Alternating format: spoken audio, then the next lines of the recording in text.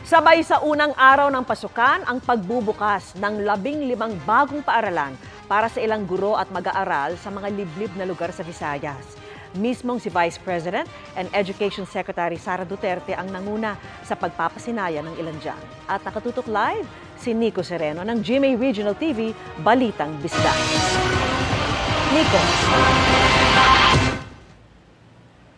Vicky, sa pagbukas nga ng panibagong school year, pinasinayaan ang mga bagong school buildings ng iilang last mile schools dito sa lalawigan ng Cebu.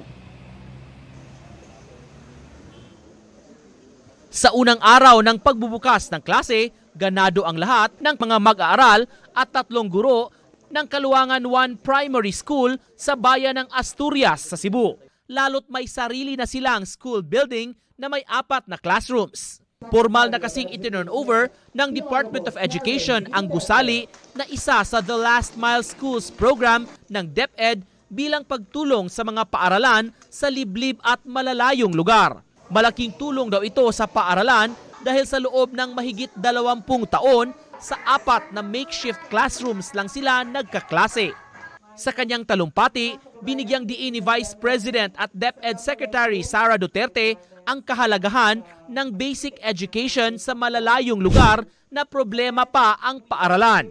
Sa Danau City naman sa Cebu, pinangunahan ng bise ang blessing at turnover ceremony ng bagong 4 classroom school building ng Melesio Tito Elementary School sa Barangay Ogis. Gusto namin na ma-highlight ang ating mga efforts, our effort to make sure that education is accessible doon sa mga far-flung barangays natin and mga children, mga learners natin na nasa malalayong lugar.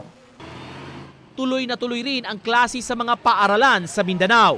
Sa Davao City, 399,000 learners ang nagbalik eskwela ngayong araw.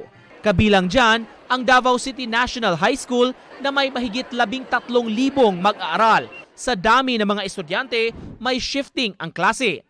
Tinutugunan na rin daw ng DepEd ang kakulangan sa guro. Don't worry because we have more than 190 senior high school teachers na priority ganato ni nga mabutangan diri nga school. So bago to Yes, new.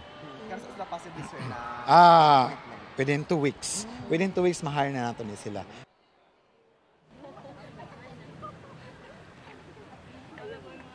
Giit ng DepEd, kinakailangan mapagtibay ang basic education lalo na sa mga malalayong lugar para maengganyo ang mga kabataan na mapag-enroll at pumasok sa klase. Vicky? Maraming salamat sa iyo, Nico Sereno ng GMA Regional TV, Balitang Bisdak.